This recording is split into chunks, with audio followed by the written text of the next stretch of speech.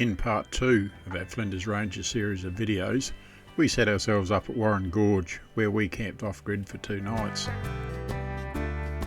After leaving Warren Gorge, we relocated ourselves to the Car Caravan Park, and that allowed us to explore the sights of Corn. We had a look at the railway yard, and while there we marvelled at all the history that must be associated with the yard. And then that night we went to the Corn Silo Light Show and listened to all the history of the Corn area. After leaving Corn, we had a look at the Canica old homestead ruins, and then we made our way to Rawnsely Park, where we set ourselves up there, once again off-grid.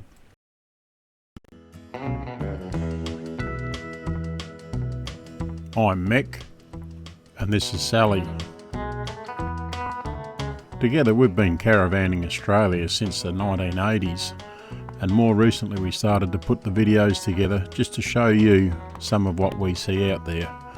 There's a lot to see in Australia, and we hope you enjoy what we have here to show you. You can follow us on our trips via the following social media platforms. If you like the following video, please subscribe to our YouTube channel. Coming up in this episode, we take a good look at the side of Rawnsley Bluff. From Rawnsley Bluff, we go to some of the lookouts that give us some great views of the Flinders Ranges, and then we move on to the Great Wall of China. From the Great Wall of China, we go on to Blinman before going through the Parachilna Gorge, and then we return back to our campsite back at Rawnsley Park through the Moralana Drive.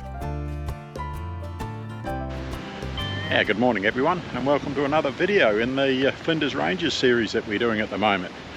We're currently set up at Rawnsley Park, and we're there for 3 nights, and beautiful weather, going to be warm, but that's this time of the year we've got to expect that. We're on our way at the moment up to Blinman, and we're going to have a look at a few of the lookouts and so on the way up there, and once we leave Blinman we'll head off into Parachilna Gorge and go across the Parachilna and look at the gorge as we go through there. We'll record that as we go, and then we'll return by Moralana Drive. With our trip nearly being 200 kilometres long for the day, we allowed the full day to do the circuit by the time we reached Blinman, and then back down to the Moralana Drive and back to Rawnsley Park. It was going to be a big day.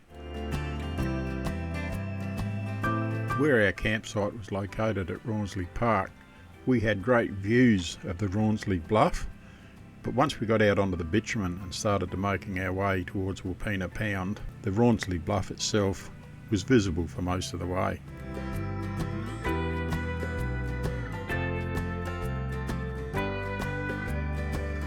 It doesn't matter whether you're driving north at this part of the road or whether you're driving in the southerly direction. The Flinders Ranges, they certainly offer some spectacular views.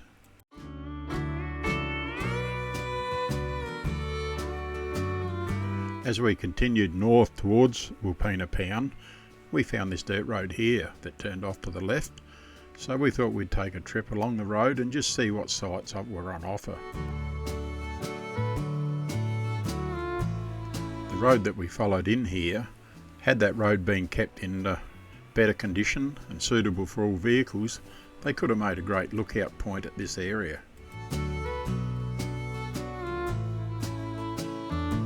After leaving the areas that we could have a look at Rawnsley Bluff, we continued to make our way north. We didn't call into Wilpena Pound because that was going to be our next place that we're going to be camping at in the caravan, so we continued on here to Huck's Lookout.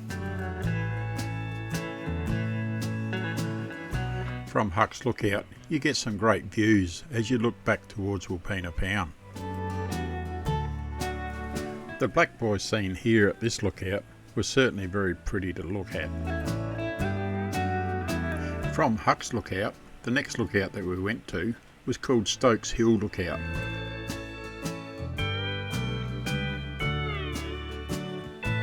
The dirt road that took us up to the top of Stokes Hill Lookout was fairly rough and rocky, and if you wanted to take a conventional vehicle up there, you would certainly need to take a lot of care.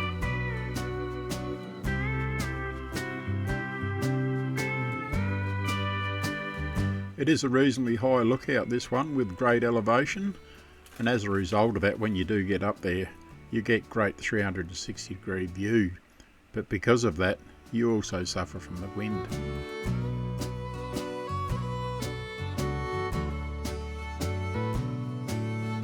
At the top of this lookout there is this 3D map, but very difficult to photograph or video with the sun shining back as it was on the day.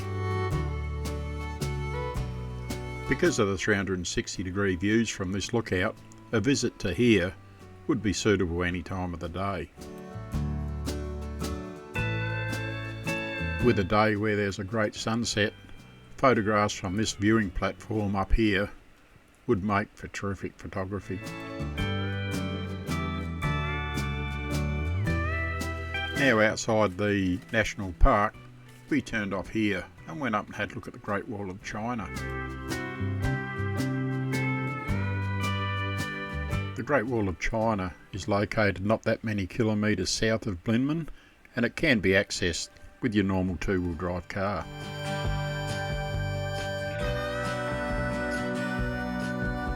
As we look at the Great Wall here, the left hand side of the wall now in the picture appears as though it's flat leading up to the wall, and then after that it drops away to create the wall.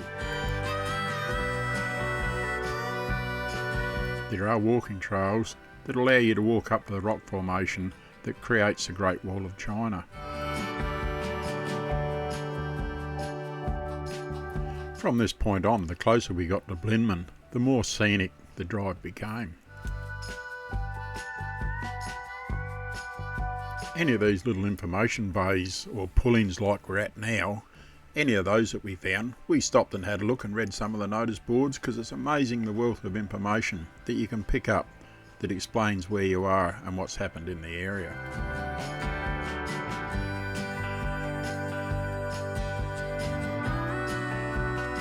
Just before we arrived at Blinman, we come across all these Land Rovers that were doing a turn, and they were doing a right-hand turn I should say, and going out to an area out there.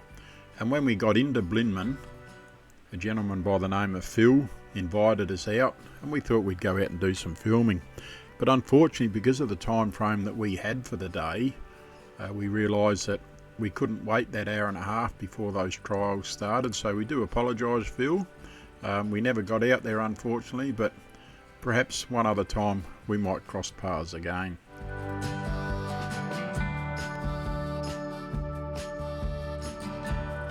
As we arrived at Blinman and drove through this very small town, we couldn't get over the number of vehicles that were there. It was certainly enjoying a bit of tourism today.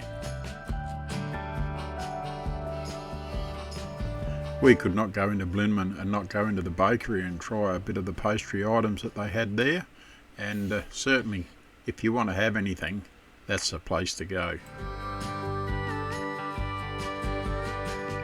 To travel from Blinman to Parachilna, there's two ways to go. One is via Parachilna Gorge, or the other way is when we were coming into Blinman, had we kept going straight through, we would have entered Glass Gorge.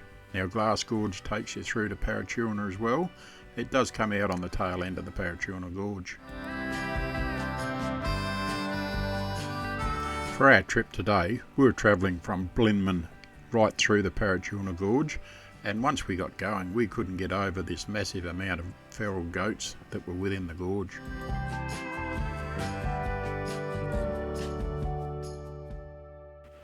These gorges up at Wilpena Pound and north up towards Blinman, they offer some great scenery, and unfortunately I don't know any other way how to show you this, but it's all got to be out the front windscreen, so unfortunately or fortunately that's the way that we've shown it in this video, and we hope that that doesn't annoy anyone, but certainly a very beautiful drive.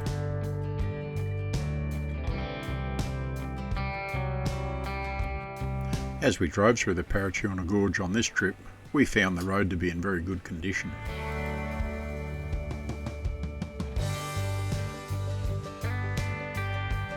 The Angarichina tourist village is approximately halfway from Blinman through to Parachilna, and there you can buy fuel and some supplies. They have got a caravan park there, so you can camp there if you wish to do so.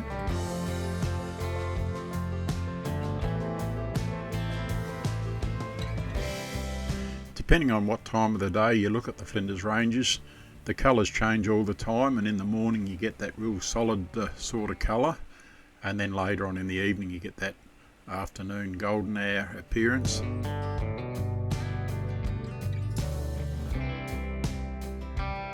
Certainly was a busy road this afternoon with a lot of tourists travelling through the gorge.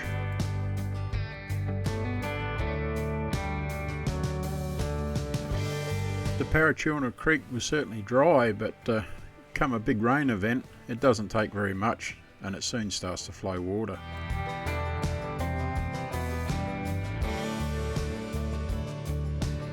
The gorges up here are certainly a place that offers great camping, and if you are going to camp anywhere within the gorge, you need to be up from the bottom of the creek bed, because you wouldn't know, one day you might be sleeping in the bottom of this creek bed and there might be no rain where you are, but further up in the gorge, for whatever reason, there's a shower of rain up there and suddenly you're inundated with lots of water.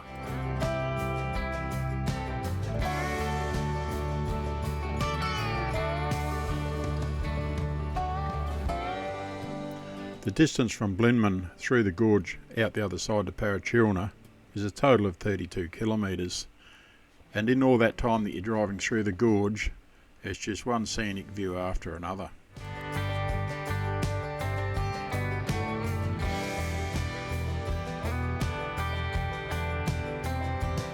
The number of times that you cross down through the bottom of the Parachilna Creek during this gorge drive, it would be very interesting to know that number, and then you would understand more easily why they close the gorge when there is a rain event on. As we intend on camping in this gorge in the coming weeks, we thought we'd do a quick U-turn here and just follow the creek here and have a look and see what the camping location is going to be like.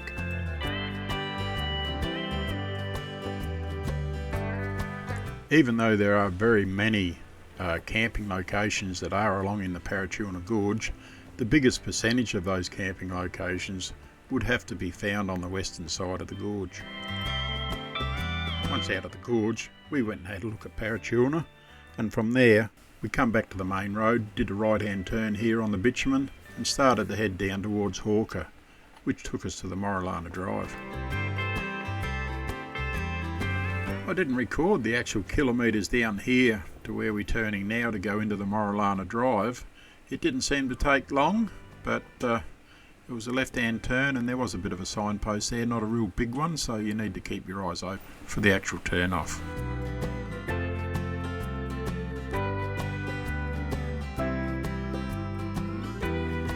We've each got our own views and reasons as to why one thing is better than another, but for Sally and I, the Moralana Drive, although certainly well worth the drive, and I wouldn't like to say don't go and do it, it's certainly worth the drive for sure, but it is the less scenic out of all the gorge drives up there. And once again, it's a drive and not a gorge.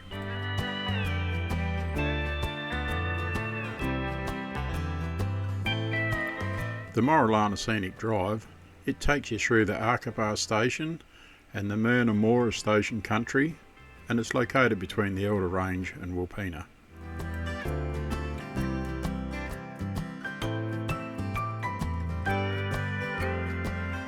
Unlike the gorges within the national park around Wilpena Pound, there's less creek crossings and it's more open country to drive through.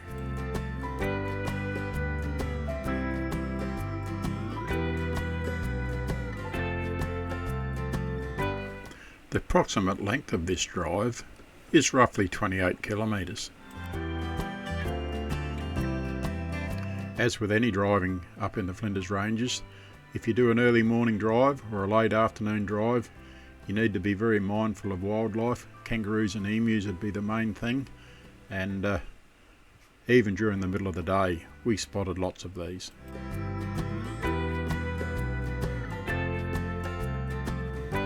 Just before we got back to the Rawnsely Park Station camping area, we did a right hand turn, and this short road took us up to the Rawnsely Bluff lookout, and here it's got all these information boards that will tell you all the sections that you're looking at around Wilpena Pound, the Rawnsely Bluff area and any other direction that you happen to view.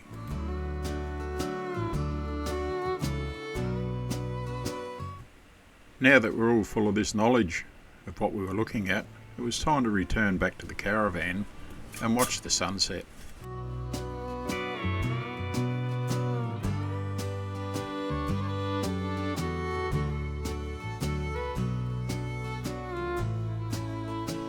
After 3 very enjoyable nights at Rawnsley Park, it was time to make our way to Wilpena Pound, and only being just over 20 kilometres, it wasn't very long when we were there.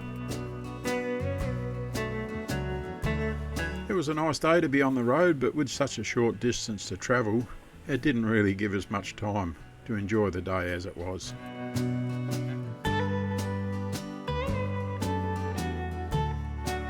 Within a very short time of being behind the wheel, we were soon doing this left-hand turn here that took us in towards the Wilpena Pound Campground. And once you go over this cattle grid here, you start to see those wonderful ranges in front of you.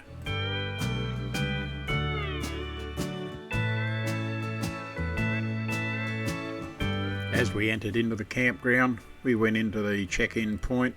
Very friendly people there, and they soon told us where we had to go and find our pad site, but finding the site in the end turned out to be a bit of a nightmare.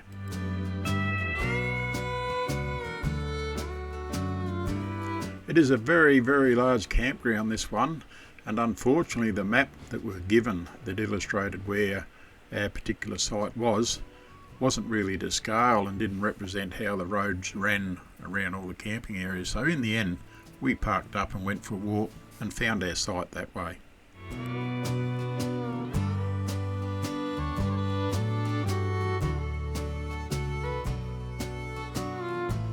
As we'd only just driven a bit over 20 kilometres from Rawnsley to Wilpena, we were very early arriving here, and once our site was vacated, we were soon on and set up. With the school holidays, we were now here in peak time, and it was very expensive to stay in this campground. G'day everyone, and we've made it to Wilpena Pound. We're booked in here for 3 nights, and we'll go out to Parachilna Gorge, and as well as that we'll have a look at Parachilna Gorge while we're here, so that should be good. And not a lot happening today. It's supposed to be quite warm today, up in the mid-30s, so we'll see how we go. And a bit of an effort to find our spot here today once we weaved our way in through the resort, the park, call it what you like. It's quite difficult to follow their map, but we eventually got here, went for a bit of a walk to find the spot in the end, and just left the car parked where it was. But we got here and all set up now, so for 3 nights, so should be good. Our site had us parked in amongst a lot of trees, and unfortunately for us, not that it really mattered that much, we couldn't receive any satellite TV here, and it's one of the downsides of having a permanently mounted dish on the roof of the caravan.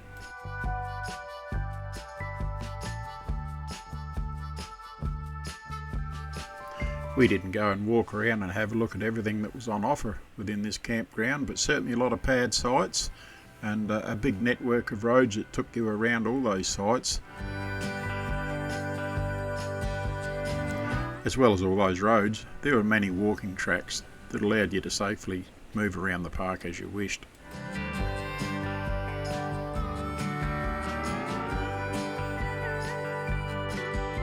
The closest amenity block to us also had a network of footpaths that took you into that amenity block from the various sites, and it's all fenced off area and quite neat and easy to walk around.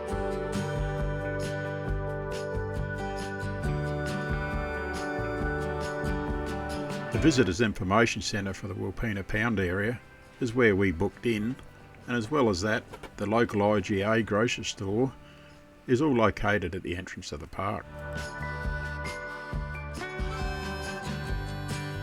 Most items that the camper would require while in the area are available from inside the IGA grocery shop.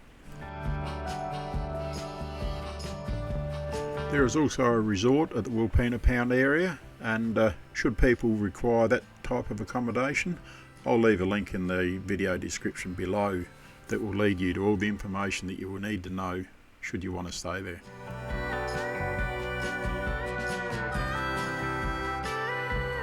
After a very hot day when we arrived here yesterday, our second day saw a bit of intermittent rain, so we went down to the old Wilpena station for a look.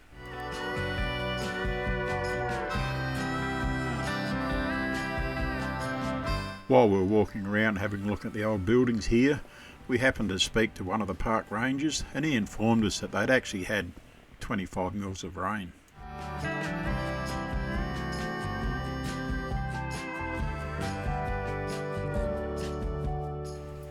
We enjoyed our time walking around the old homestead and having a look at the way that the old buildings have been preserved, but unfortunately some of the signs, the informative signs that were with each building, well, they've just about gone past their use by date. They were very faded and some of them were almost impossible to read, so we missed out on a lot of the history.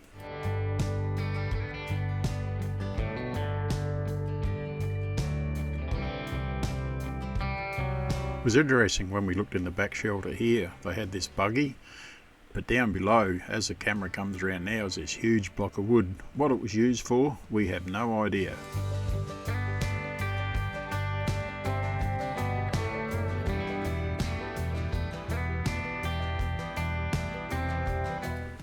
The old Wilpena station was established back in 1851 and had a working life of 135 years before it was eventually closed down.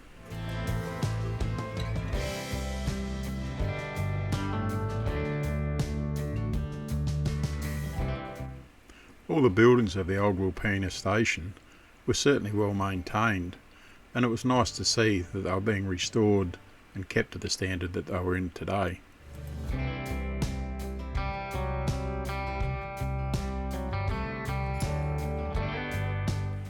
One thing that I did find very interesting was this fence here and the way that it was built into the tree. There was no sign to say what the story behind it was, but certainly very interesting to look at. If anyone knows any of the history of this fence, please leave a comment down below and let me know.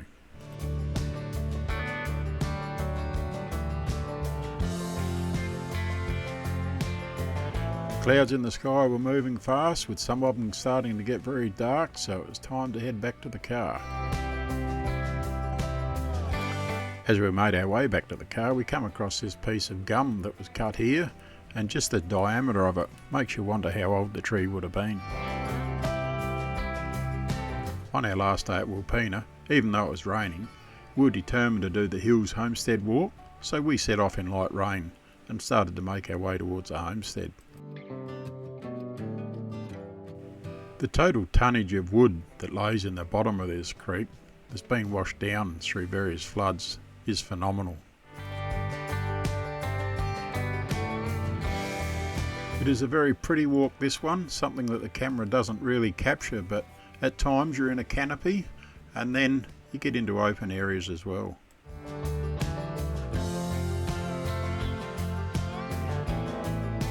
As we walked along and did come to some of these open areas, it was always covered in green grass. On our walk we did come across this one section of the pathway that was covered in water, but there was enough room on both sides that we could easily walk around without getting wet feet. Approximately halfway along the walk we came across this water section here that was in the bottom of the creek, and as it appeared, it must have been a permanent waterhole. Feral goats are now in the Flinders Ranges in big numbers, and later on in a video there'll be a sign that will explain some of this.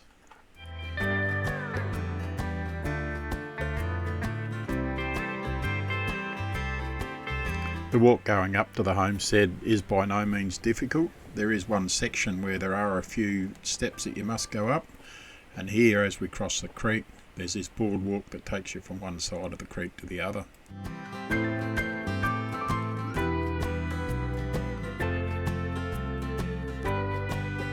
As you walk along the path that takes you up to the homestead, the views are forever changing.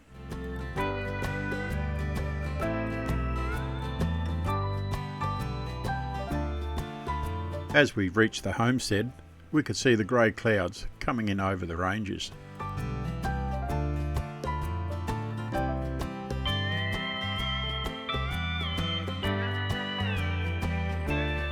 As we look to the right of this monument here, you can just see the path going in between the trees, and that will take you up to about a 500 metre walk and eventually to a lookout and you get spectacular views looking into Wilpena Pound, but with that rain coming we decided not to take the walk and started to head back towards the campground.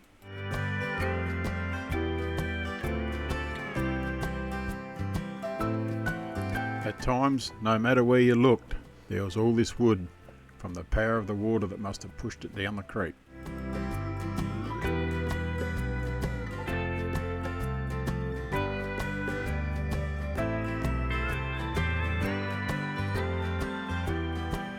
With some of the pathway having steps like this, and as well as that, you can walk very close to the edge. You need to be very firm with your footing so as not to stumble or fall, and even finish up down at the bottom of the creek.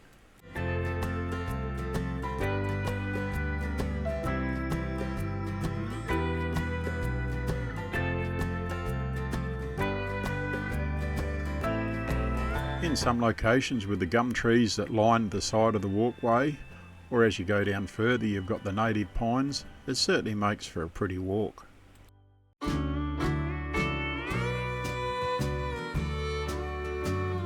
After the shower of rain that we had when we started to do our return walk, the sun was now shining and it was making it very enjoyable.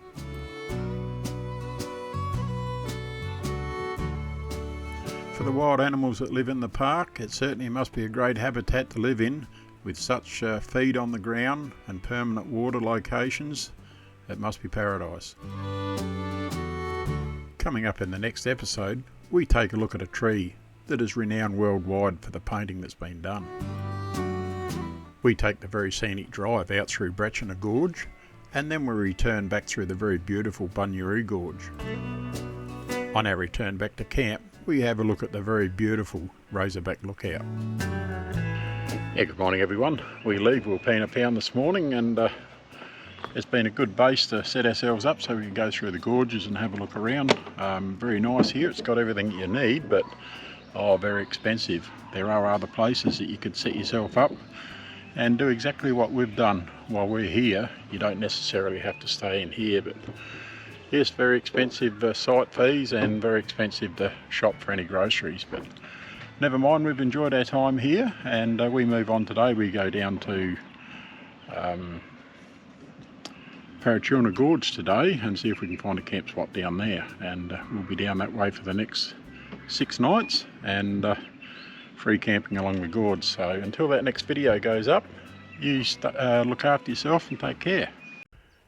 If you like the video that you just watched, give us a thumbs up, and if you want to see more of our videos, click on the subscribe button, and once you've done that, change the bell notification to all. That way every time that we do uploads to our YouTube channel, you'll be notified.